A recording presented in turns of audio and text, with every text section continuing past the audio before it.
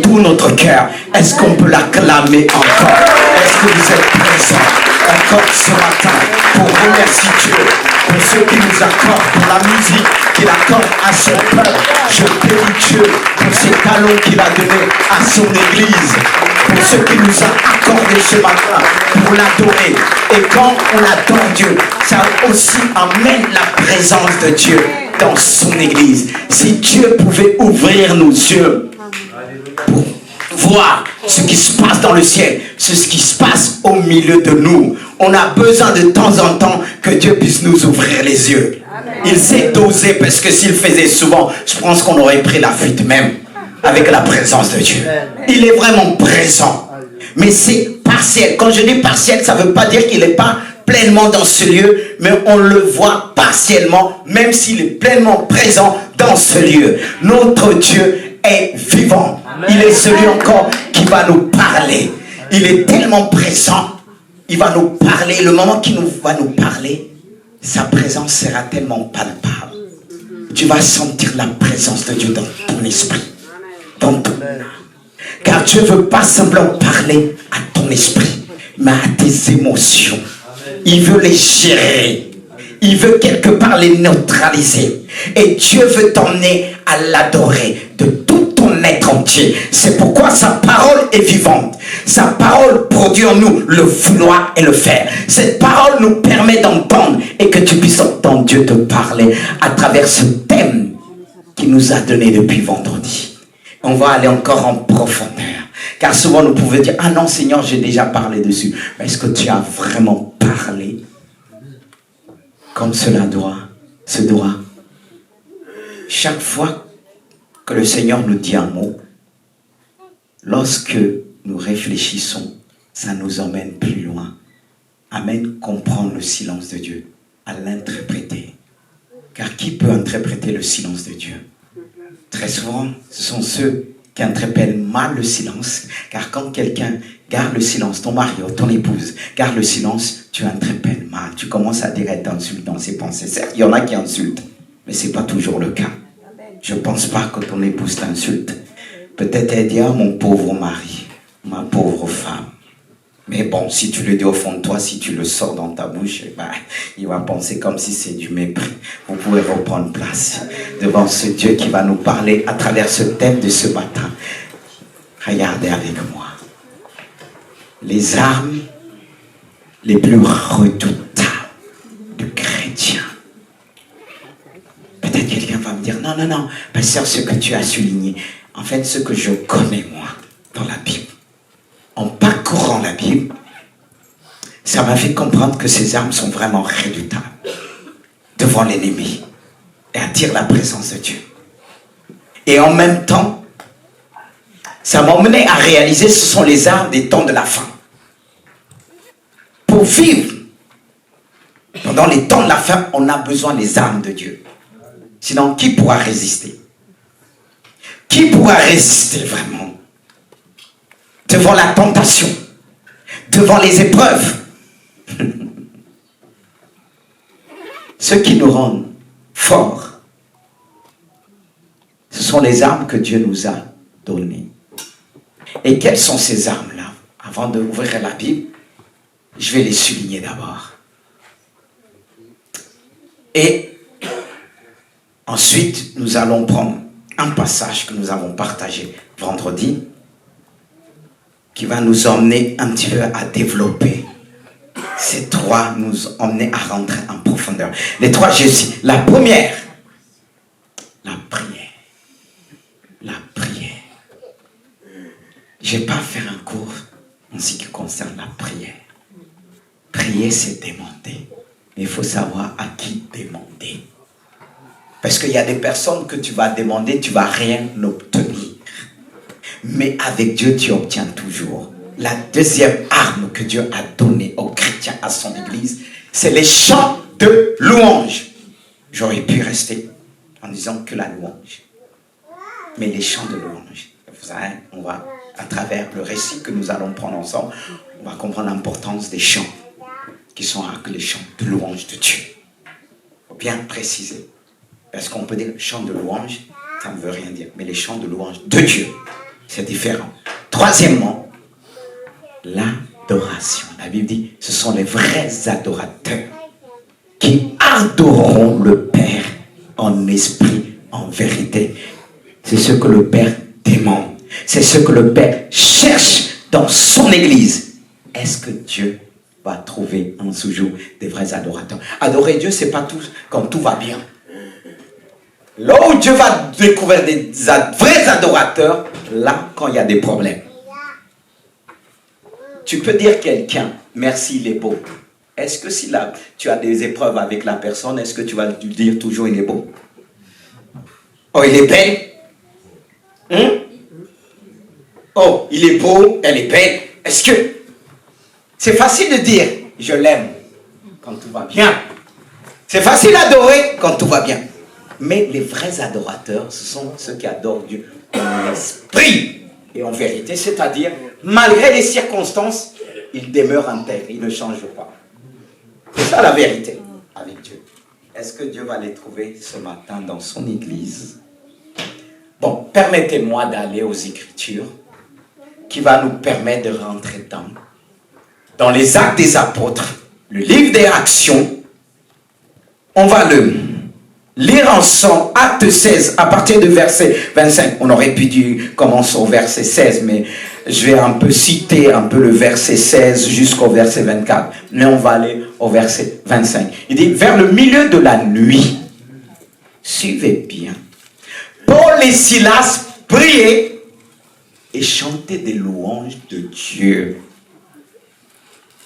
Et les prisonniers les entendaient. Tout à coup, il se fit un grand tremblement de terre, en sorte que les fondements de la prison furent ébranlés. Au même instant, toutes les portes s'ouvrirent et les liens de tous les prisonniers furent rompus. Le geôlier se réveilla et lorsqu'il vit les portes de la prison ouvertes, il tira son épée et allait se tuer, pensant que les prisonniers s'étaient enfuis. Mais Paul cria d'une voix forte, « Ne te fais point de mal, nous sommes tous ici. » Alors le geôlier, ayant demandé de la lumière, entra précipitamment. Il se jeta tout tremblant aux pieds de Paul et de Silas et les fit sortir et dit, « Seigneur, que faut-il que je fasse pour être sauvé? » Ensuite, Paul et Silas répondirent, « Crois au Seigneur Jésus, et tu seras sauvé, toi et ta famille. » Et ils lui annoncèrent la parole du Seigneur, ainsi qu'à tous ceux qui étaient dans sa maison. Il les prit avec lui à cette heure même de la nuit. Il lava leurs pieds, et aussitôt il fut baptisé, lui et tous les siens. Les ayant conduits dans son logement, il leur servit à manger. Il s'est réjoui avec toute sa famille de ce qu'ils avaient cru en Dieu, et nous disons Amen. Voilà. Pour bien se placer dans le contexte, là, il s'agit de Paul et Silas. Ils ont connu la prison à cause d'un bienfait, d'une délivrance, d'une libération de cette femme pythonesse. Ça veut dire quelqu'un qui devine un petit peu ce qui se passe chez l'autre. Et cette femme était utilisée par quelques hommes qui pouvaient en procurer des sommes d'argent. C'était comme une voyante, mais une fausse. Mais quand on dit une fausse, il y a des choses qu'elle disait vraies. Le diable va toujours prendre une vérité pour détourner les gens. Le diable ne va pas te présenter tout de suite les mensonges, mais il va corrompre ce qui est vrai. Il peut te dire, un tel a fait ça, un tel. Oui, mais la manière qu'il va dire, il va t'emmener à haïr la personne. C'est différent. Oui, la personne a fait. Oui, je sais. Mais et puis, tu n'as jamais fait. Et si tu n'as jamais fait, ton enfant peut-être a fait, ta femme a peut-être fait. Je ne dis pas tromper, hein. Non. Mais je parle du péché. Mais cette femme, ce qu'elle disait, ils annoncent une voix du salut. Mais ce n'était pas une voix. Dans les textes originaux, il est dit ceci, une voix. Mais annoncer la voix du Seigneur. Paul a discerné. À travers ce détournement, le diable, il prend quand il dit, c'est la voix, il dit une. C'est vrai que là, vous allez voir la voix. Mais dans les textes originaux, il s'agit d'une voix. Mais Paul a discerné. Comment le diable essaie toujours de corrompre, prendre la vérité. Si on parle du prophète, on dit, il est le prophète, il va dire, c'est Jésus, un prophète. Voyez la nuance? Il agit toujours de cette manière. Mais Paul avait marre. Il a pris position. Il a chassé l'esprit. C'est un esprit qui animait cette femme. Parfois, tu vas voir des gens colériques devant toi, mais prends position de chasser l'esprit. Il en avait marre. Et on pouvait dire, c'est merveilleux. Il a libéré cette femme. Mais ça l'a coûté quoi? La prison. Parce que nous, on pense, lorsqu'on fait du bien, c'est tout de suite des louanges. T'es belle, t'es beau. La fois quand tu fais du bien, on te prend, te chicote encore, des claques encore. Pourquoi le diable permet ça? Pour te décourager. Parce qu'il y a la bénédiction quand on fait du bien. On libère l'atmosphère. Mais nous, n'essaye pas quand tu fais du bien qu'on puisse te rendre la monnaie. La plupart du temps, ce n'est pas la monnaie qu'on te rend. On te gifle.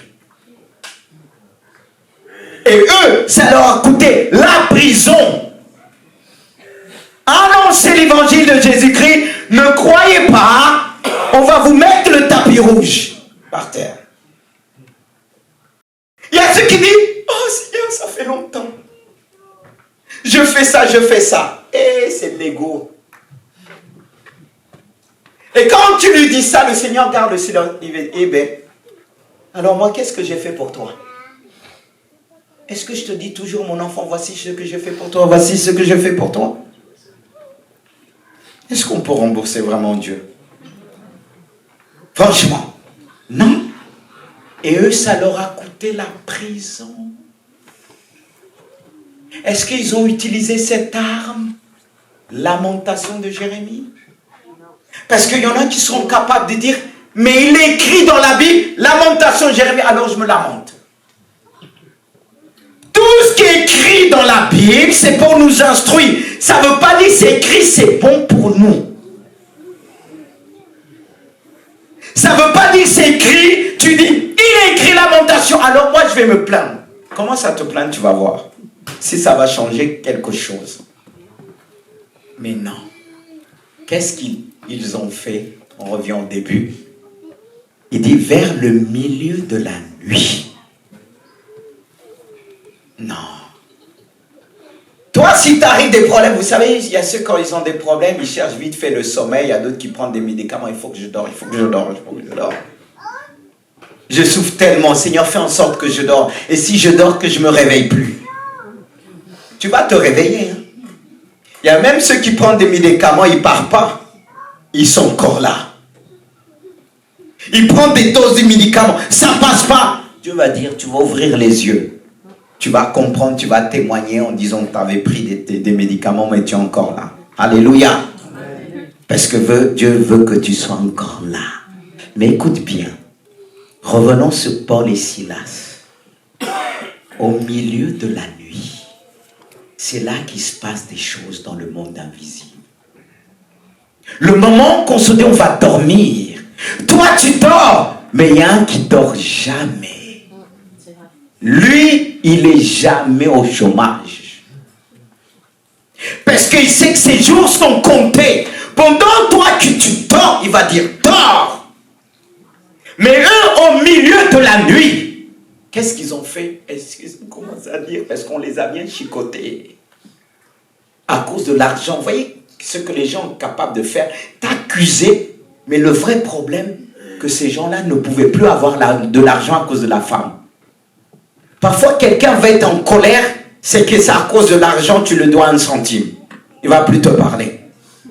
Mais regardez, on les a jetés en prison. Ils avaient mal, roué des coups. Nous, on aurait dit, ah Seigneur, tu comprends, je ne peux pas te prier, je ne peux pas venir à l'église. Ah, on m'a tapé, oh. Mon mari m'a tapé. Et on ne dit pas, mais il y a des femmes qui tapent aussi leur mari. J'ai mal.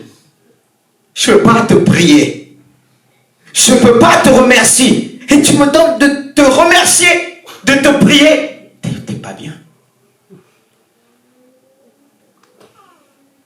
Mais les armes des temps de la fin, vous croyez c'est quoi? Vous croyez que le monde va nous laisser après? Même qu'on dit la grande tribulation, qu'on dit la grande tribulation, mais la tribulation est déjà là. Ça va être de plus en plus pire. Et quand l'église va être enlevée, encore pire. Mais si tu restes, voici les armes que je te donne. Tu dois les utiliser encore. Là, présent. Mais parce que beaucoup seront jetés en prison. Encore, il y a certains pays, c'est vraiment la grande tribulation. En Chine, c'est la grande tribulation.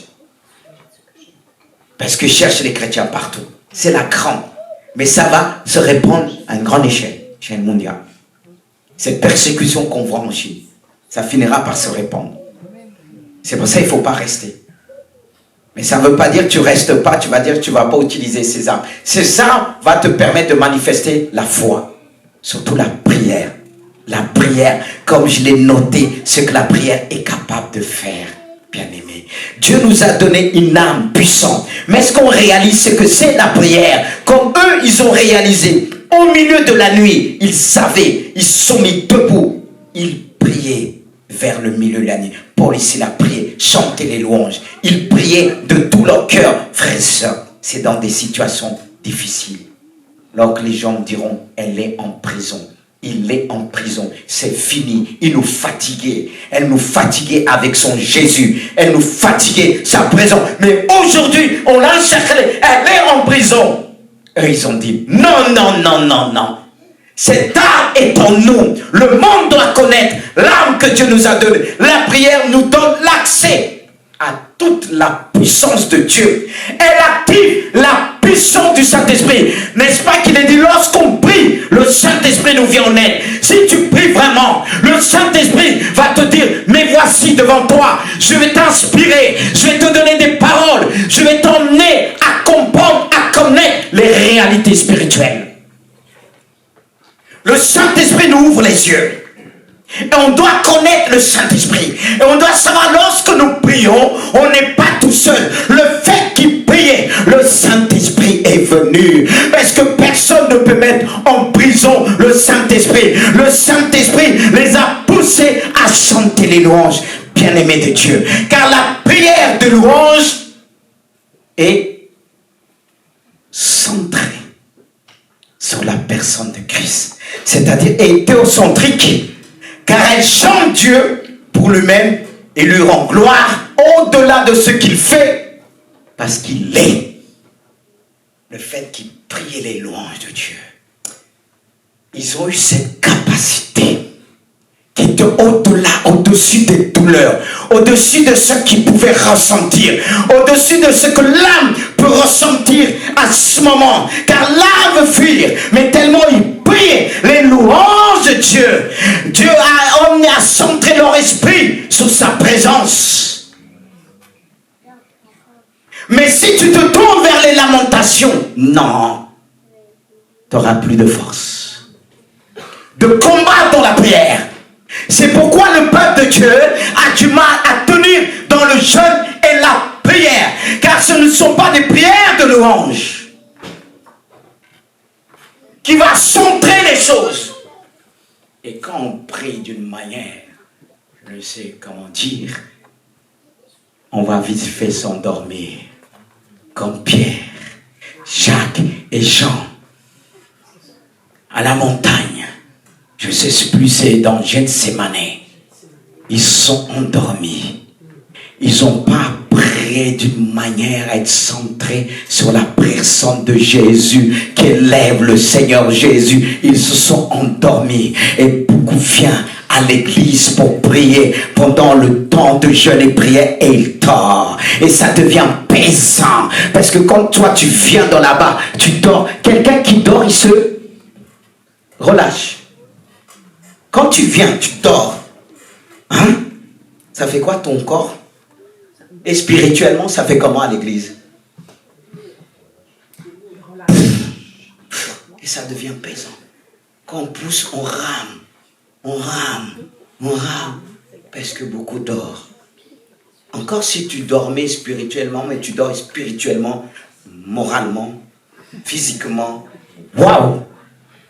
Et être leader, c'est pas toujours évident. Hein? Parce qu'on vient... On croit qu'être leader comme ça, c'est facile, mais il faut tirer les gens spirituellement, moralement, physiquement. Mais pour critiquer, on le fait facilement. C'est pour ça que des fois, le serviteur, leur servant peut avoir quelque chose et dit, mais quand il ramait, tu étais où? C'est pour ça, faisons attention lorsqu'on critique. Frères et sœurs, mais revenons sur la prière. C'est une arme. Eux, ils priaient Dieu. Est-ce que leur prière était centrée sur les lamentations en disant, Seigneur, à cause de cette femme qui raconte des mensonges, centrée sur la femme, j'ai chassé son démon au nom de Jésus. Et voilà, je jette en prison. Et là, tu commences à perdre la foi. Combien sont celles qui ont abandonné la foi à cause des blessures? On les a pris malgré le bien qu'ils ont fait. Chaque fois que tu essaies de faire du bien à ton mari, voilà la récompense. Jamais merci. Et tu fais tout. Et aujourd'hui, tu as la haine dans ton cœur. Et tu ne peux plus adorer Dieu. Et quand tu pries, tu dis, Seigneur, tu fais cette prière de Jean quand il disait que le feu tombe sur eux. Mais au louer Dieu, la louange est une arme. C'est ce que nous allons voir. Qu'est-ce que la louange nous apporte quand on utilise cette arme bien-aimée de Dieu? Bien avant les chants. Pourquoi les chants? Hey, je viens de dire la prière, louange, et là, les chants de louange. C'est différent. Les cantiques ou les chants favorisent la présence de l'Esprit du Seigneur. Et souvent, ils le font plus rapidement que tout ce que nous pourrons faire d'autres. C'est-à-dire, quand tu vas chanter, ça va activer en toi cette puissance de Dieu. Ça va aller plus rapidement. Regardez, pourquoi on chante avant d'écouter la parole de Dieu? Ça va accélérer le processus. Ça va disposer notre corps, notre cœur aussi. Les chants nous disposent, nous permettent de rentrer dans la présence de Dieu. Et eux, ils ont utilisé les chants. Ils chantaient de tout leur cœur. Les prisonniers ont entendu la mélodie. Ils ont entendu la puissance des chants parce qu'il y avait la louange dedans. On ne chante pas pour rien. Toi, quand tu viens te chanter, même tu es bloqué. Tu dis, tu ne sais pas chanter. Mais est-ce que quand on chante tous ensemble, est-ce qu'on entend ta voix? Ta voix se greffe avec les belles voix. Et parfois on confond même, on dit tu chantes bien. Mais dans l'ensemble, qui va entendre tu chantes faux? Chante les louanges de Dieu. Dans toi, tu finiras par bien chanter. Chanter juste. Si tu reconnais, tu ne sais pas encore chanter. Parce que pour être un adorateur, quelqu'un qui loue Dieu, il faut comprendre et réaliser que tu es en train d'apprendre à louer Dieu. Parce que quand il faut louer Dieu, tu soulignes tous tes problèmes devant Dieu. Ce n'était pas le cas de ces hommes-là. Ce n'était pas le cas de ces hommes-là, car la louange nous permet de détacher nos yeux de nos problèmes pour regarder Dieu. Mais comment tu vas te détacher de tes problèmes? Tu ne veux pas louer Dieu. Toi, tu penses se lamenter, c'est louer Dieu. Le moment où tu vas comprendre que tu loues Dieu, c'est le moment que tu te détaches de tes problèmes. Il y a des personnes, quand on va prier, ils commencent toujours, oh, Seigneur, on m'a fait ceci, on m'a fait ça, c'est pas la louange. Je ne dis pas qu'il faut le faire, mais loue d'abord Dieu. Eux, ils n'ont pas commencé à dire, Seigneur, regarde comment j'ai mal. Regarde mon bobo. Regarde à genoux. Je ne peux plus prier. Est-ce qu'ils ont montré Dieu? Regarde, regarde. Leurs yeux étaient fixés vers Dieu. C'est ça les armes des temps de la fin. Lorsqu'on va nous persécuter, nos yeux seront fixés vers notre Seigneur. C'est ce qu'ils cherchent en nous. Des hommes qui louent Dieu. Eux, ils étaient en prison. Ils louaient Dieu. Les hommes ne pouvaient pas comprendre comment cette personne qu'on a roué de coups, on a frappé, les prisonniers ne pouvaient pas comprendre. Nous, on est malheureux, mais eux, ils sont dans la joie. On ne peut pas comprendre un homme véritable de Dieu, une femme de Dieu qui loue Dieu malgré les épreuves. C'est une âme puissante que l'ennemi n'aime pas. Tu souffres et tu loues Dieu. Tu n'es pas centré sur toi. Est-ce qu'on n'est pas centré souvent vers nous? Quand quelqu'un te parle de lui, tu l'écoutes à peine, tu ramènes la conversation. Ah, mon m'a fait ça, oui. Tu parles de toi. On est souvent comme ça, on fait style, on écoute, mais non, on veut parler de nous. Hey! Non! Mais si tu es une femme qui loue Dieu, tu vas apprendre à écouter les autres. Tu ne vas pas être centré sur toi. La 98% ou 90% sont centrés sur eux-mêmes. C'est pourquoi Dieu ne trouve pas des vrais adorateurs dans sa maison. Voilà le problème. Est-ce que tu as déjà passé le temps qu'écouter les autres sans parler de toi? Ni donner un exemple sur toi-même, sur ta vie. Est-ce que quand on vient dans la maison de Dieu, est-ce que nos regards sont centrés sur Jésus? Est-ce qu'on pense en premier sur Jésus? Est-ce qu'on pense que Jésus a soif? Quand il a dit à cette femme, donne-moi à boire. Il voulait emmener cette femme à le louer, à ne pas centrer sur elle. Oui, c'est pourquoi il va dire cette femme, si tu connaissais celui qui te demande à boire, tu l'auras toi-même demandé. Oui. C'est ça, avoir un cœur qui loue Dieu. Et j'ai noté, la louange nous conduit à le remercier pour ce qu'il est, pour ses bontés, pour sa fidélité, pour son amour, en nous souvenant de ses promesses et en le louant pour les grâces du passé. Nous exprimons notre reconnaissance par la louange. Comment exprimer sa reconnaissance quand je suis en prison, quand tous m'ont abandonné? Explique-moi.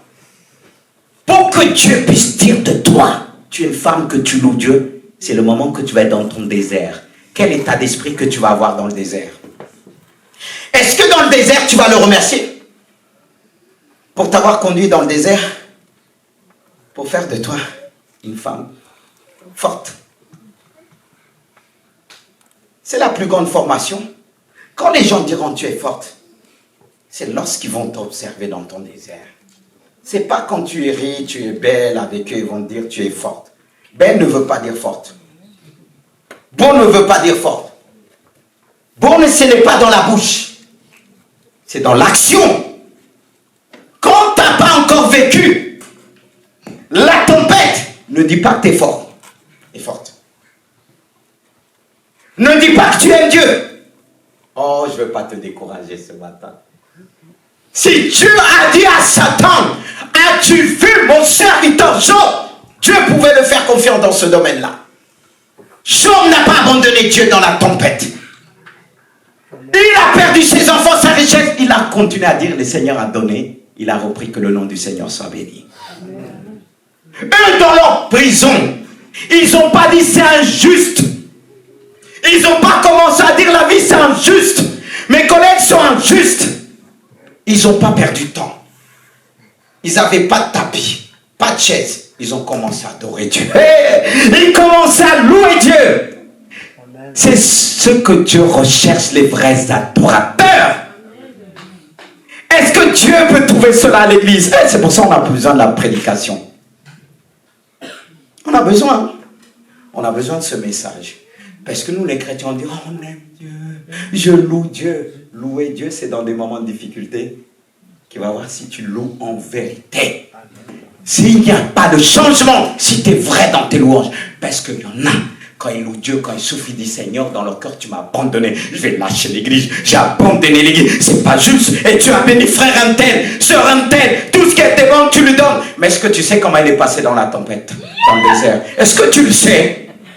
Est-ce que tu dors avec elle la nuit?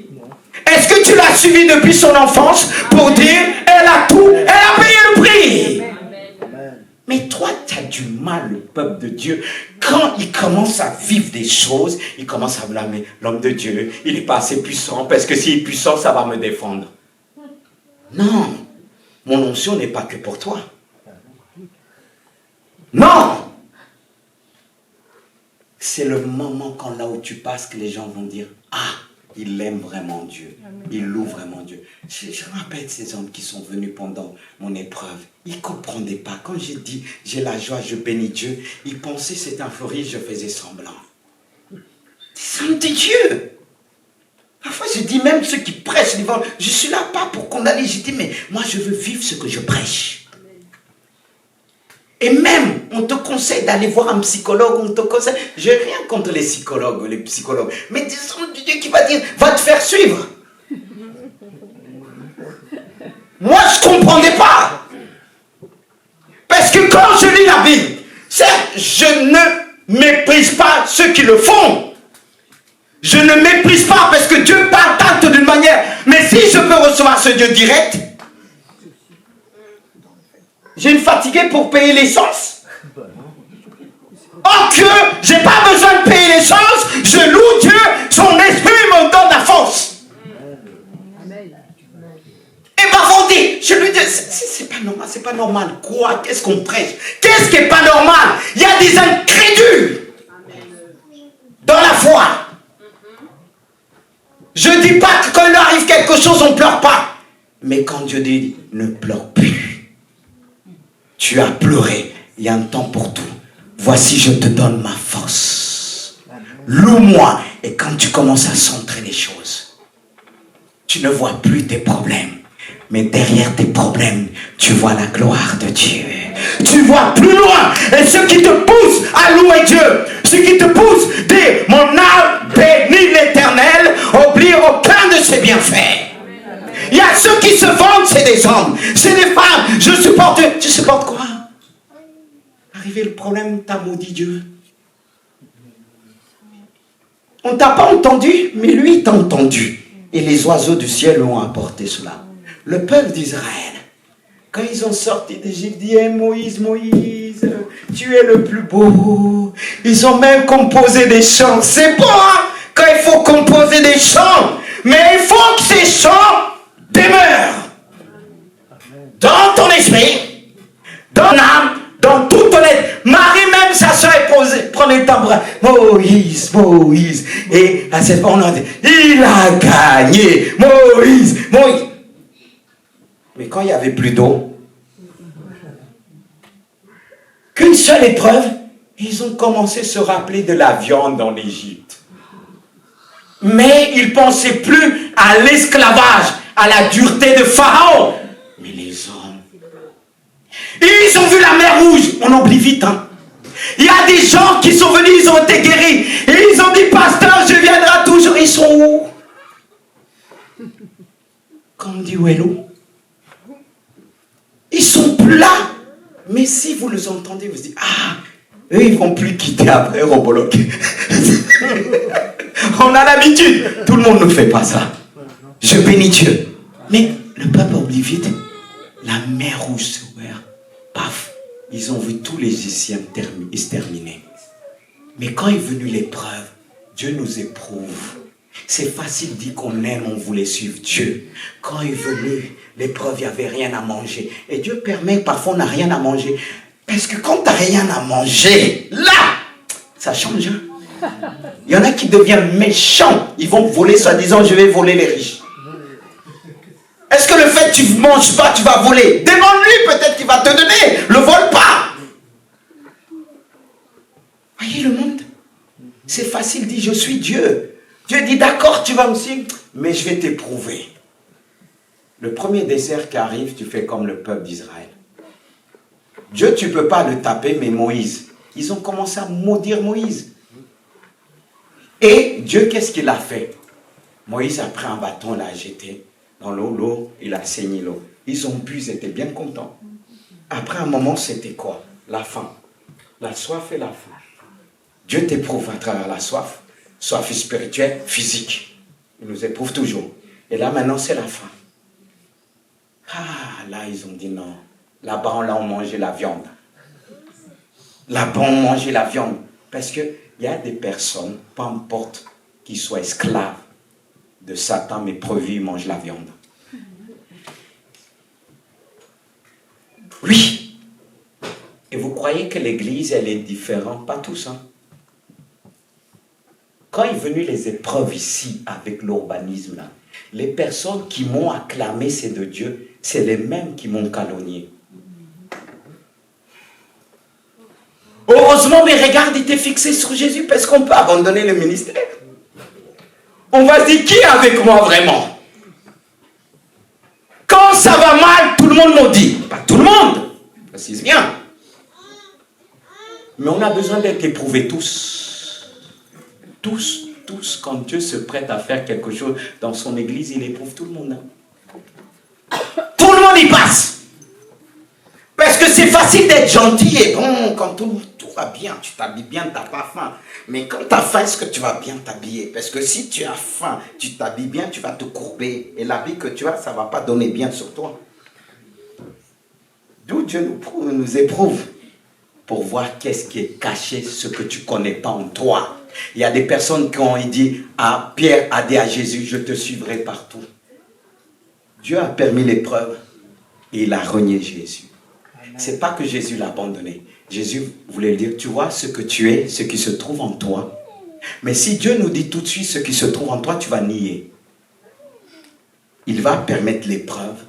Ce n'est pas qu'il va t'humilier devant tout le monde, que tu puisses reconnaître que tu es faible, que tu as besoin de lui. Tu as besoin de Saint-Esprit. C'est comme ça que Dieu nous forme quand on s'approche de lui. Pour le ministère, il nous éprouve tous. Et Dieu a éprouvé des gens qui étaient avec moi. Parce que s'il n'y avait pas d'épreuve, je pouvais tourner le dos, les yeux fermés. Mais Dieu dit, non, tu ne fermeras pas les yeux avec eux. Tu n'auras pas besoin de fermer les yeux même. Je vais éprouver. Et tu vas voir. Et tu feras le tri. Amen. Alléluia. Amen. Amen. Même quand on ne veut pas, Dieu dit, je t'aime. Tu as payé le prix. Eux, je vais l'éprouver. Quand tu dis, pasteur, pas de problème. Je vais faire. Comme je vous ai expliqué un témoignage, c'était à l'époque, je travaillais, c'était sûrement sortie de travail, message préparé. Une fois, j'ai failli tomber sur l'estrade. J'ai dit, Seigneur, si je tombe là, on va dire, je suis possédé. Pardon, fais-moi grâce. Tu voyais, c'était la fatigue. Il y a des gens qui peuvent tomber, ils ont faim, ils sont fatigués. On va dire, on va venir au nom de Jésus. Non, donnez-lui à manger. Mais moi, je n'avais pas faim. C'était la fatigue. Et là, il y avait un frère.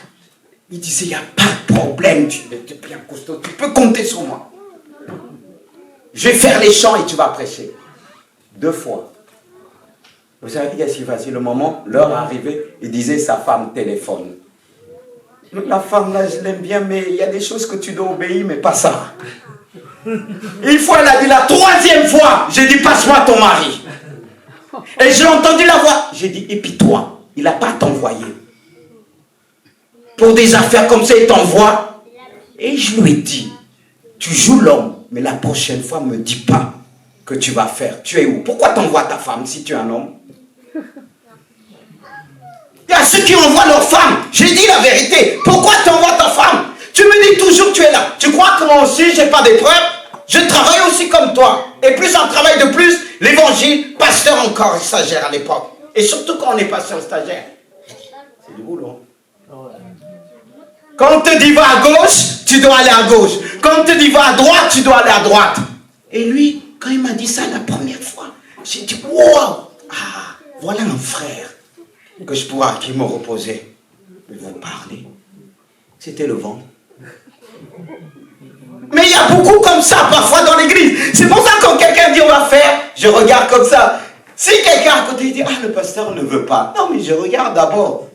Parce qu'on a eu d'autres qui ont dit, on va faire ça, pasteur, t'inquiète pas, on va changer les toilettes, on va changer tout ça, on va faire ça. Mais moi, je leur ai dit pardon. Quand je voyais ça, vaciller, j'ai dit, laisse tomber. Ils dit, non, non, on va faire. Qu'est-ce qu'ils ont fait? Et ils sont engagés avec Dieu.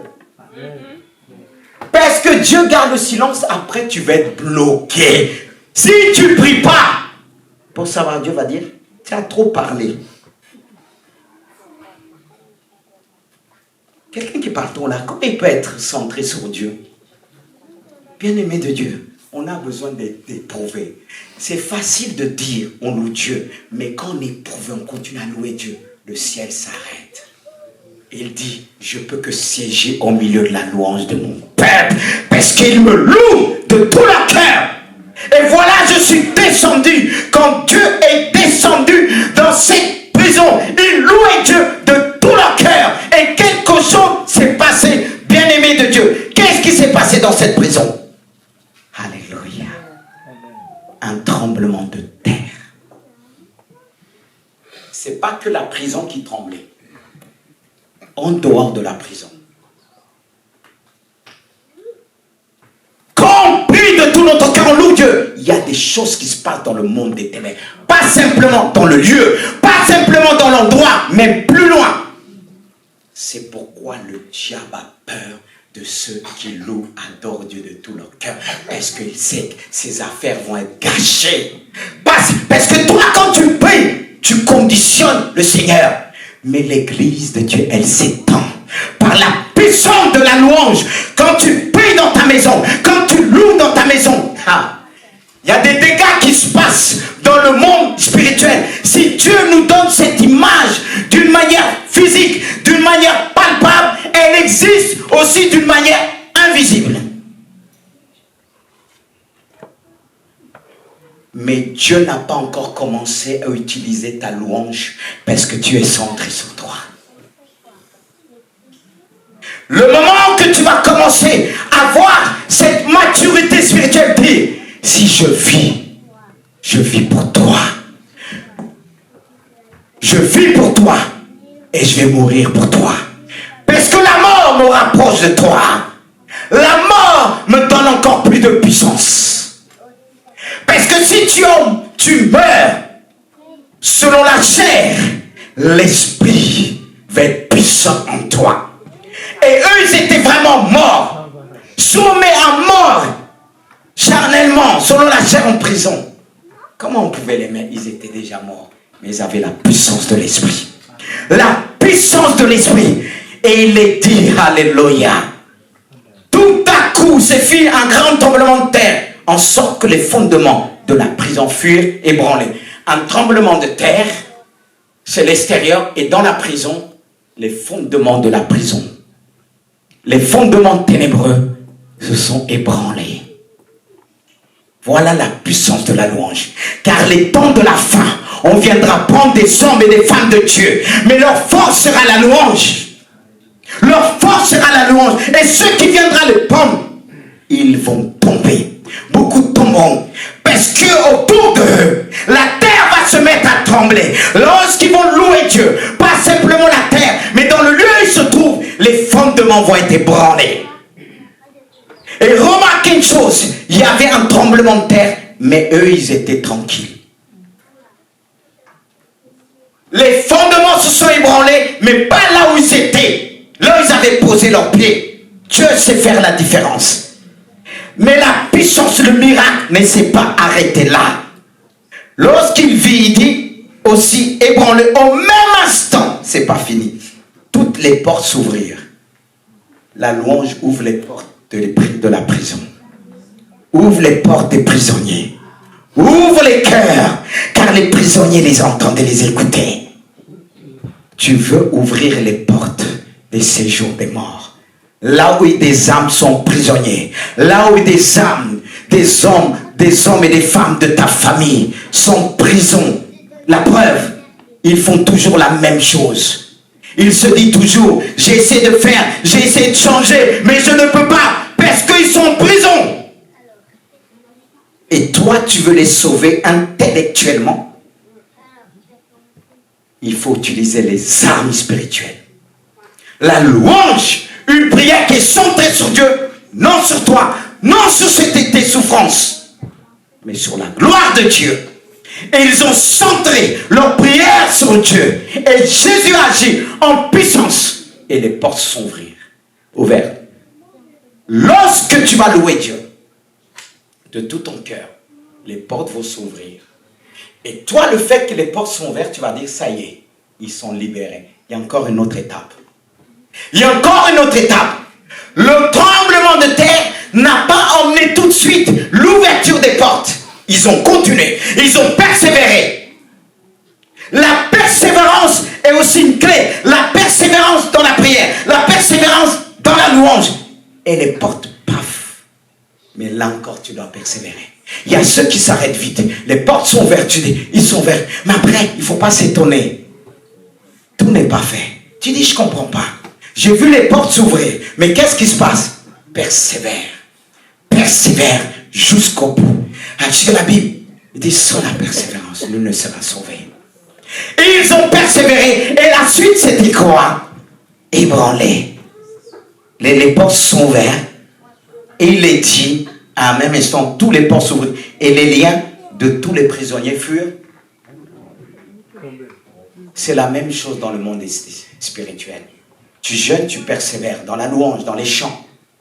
Et les portes sont ouvertes. Tu as vu même dans des portes s'ouvrir. Dans des maisons de famille, des portes s'ouvrir. Mais est-ce que tu as vu les chaînes tomber? Quand Jésus a ordonné qu'on fasse sortir Lazare, il est sorti. Il est sorti du tombeau. Ils ont ouvert la porte. Est-ce qu'il n'était pas encore lié? Il fallait une autre étape de délivrance, de briser les chaînes, de faire tomber les chaînes. Car si tu as permis, par le tremblement de terre, par le tremblement, par ta prière, par la louange, les portes sont ouvertes. Et tu dis, c'est bon. Pourquoi les délivrances parfois ne sont pas totales? Parce qu'on s'arrête au bout du chemin. On a vu un miracle, un tremblement de terre. On dit, ça y est, il est délivré, elle est délivrée totalement. Non. Persévère encore. Amen. Tu dois voir encore. Dieu n'a pas fini de t'enseigner.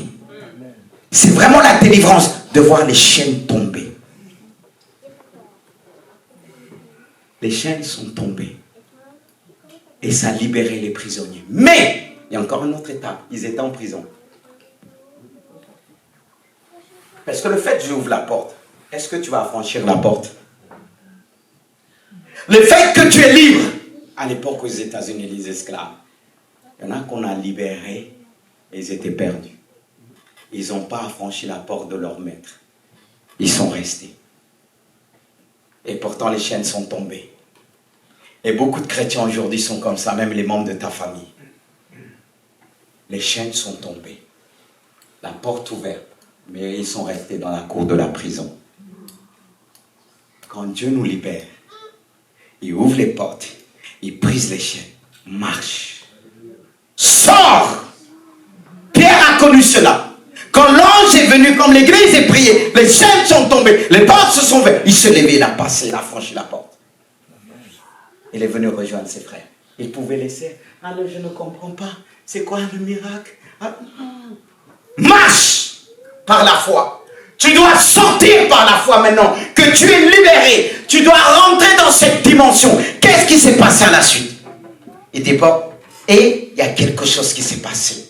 Il dit le geôlier se réveilla. Lorsqu'il vit que les portes de la prison ouvertes, il tira son épée. Il alla se tuer pensant que les prisonniers s'étaient enfuis. C'était à l'époque le risque de ce métier. Si tu perdais tes prisonniers, c'était à ta vie. Et vous croyez quoi dans le monde des spirituels, les sorciers qui perdent?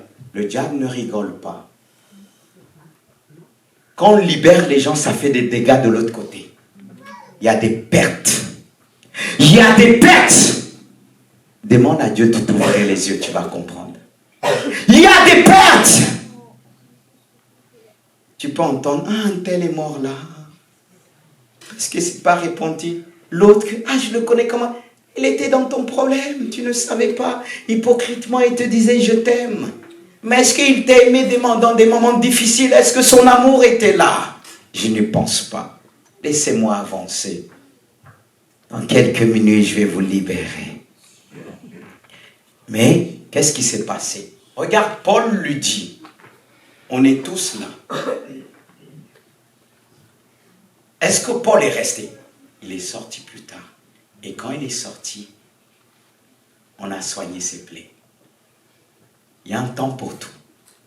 Il y a des temps, tu n'as pas le temps de soigner tes blessures. Tu n'as pas le temps de regarder à tes blessures. Parce que si tu perds une seconde pour t'attarder sur des blessures, ça va causer des morts. C'est ça, être un guerrier. C'est ça, être un combattant de Dieu. Comme des vrais mères. Pour le faire, c'est que tu es en prison. Est-ce qu'ils ont menti pour dire ça tue? En moins là, ils sont vrais. Là, béni soit Dieu. Les fabricants même, ils disent ça tue. En disant Dieu, là, on les a prévenus. Hein. On a dit ça tue, mais ils achètent quand même. C'est la mort douce parce que toi, tu dis, c'est pas la cocaïne, c'est pas autre. Mais ça tue. Ça rend là, tout noir. Et Dieu est un Dieu de lumière. Il ne veut pas les ténèbres dans ton corps. Parce qu'il habite en nous. Comme je disais l'autre fois, encore pire. Il y a des mamans qui sont enceintes. Ils font fumer leurs enfants dans le ventre. L'enfant est tous à l'intérieur du ventre. Après, il dit, hey, mon fils là, depuis quand il fume? Mais c'est toi qui l'as donné la cigarette dans le ventre. Le pauvre, il tousse. Et tu l'entendais pas. Mais franchement, Jésus nous a franchis de l'esclavage. Jésus a brisé les chaînes de la prison, les chaînes de l'esclavage. Il nous a sortis et nous pouvons dire, libéré, et il m'a libéré.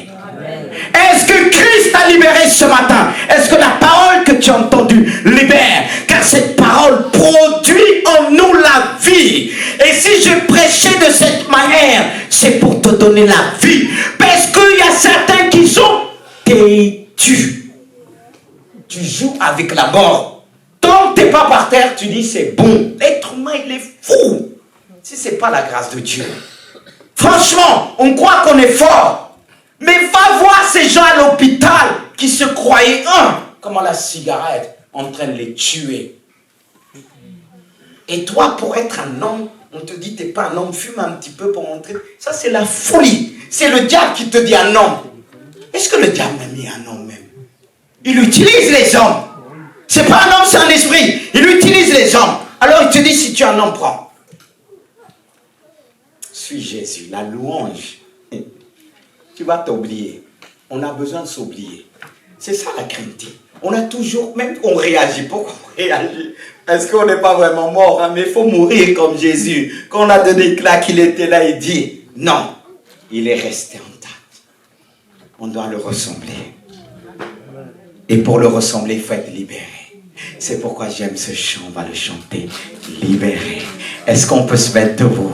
Libéré. Il m'a libéré. Libéré.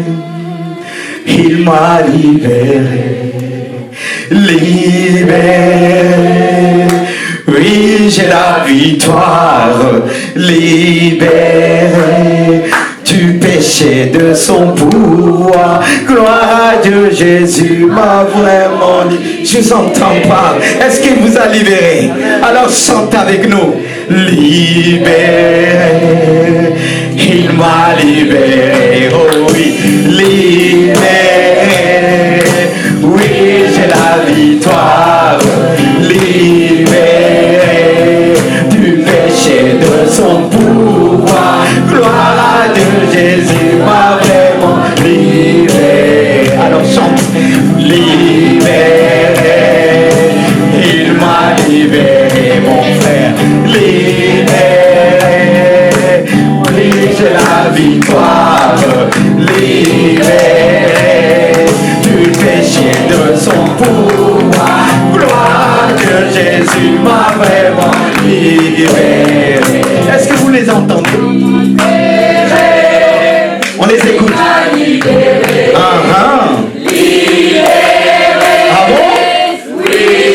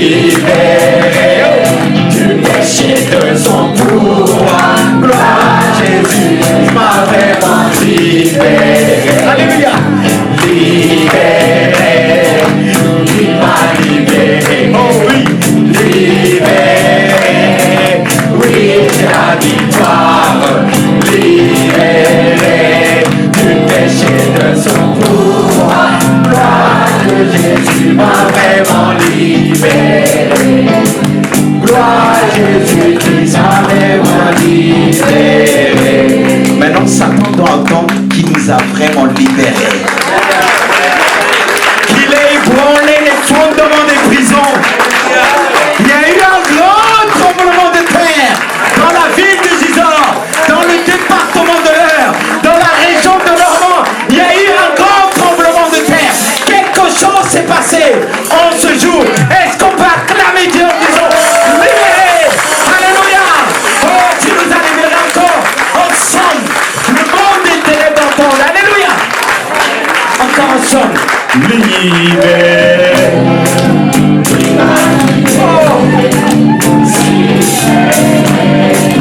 Oui, j'ai la victoire, libéré du péché de son pouvoir. Gloire à Dieu, Jésus m'a vraiment libéré. Alléluia encore. Libéré, oh oui, il m'a libéré. Alléluia.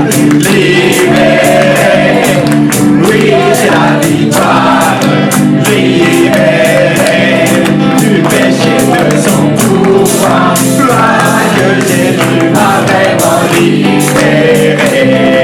Gloire à Dieu, Jésus m'a vraiment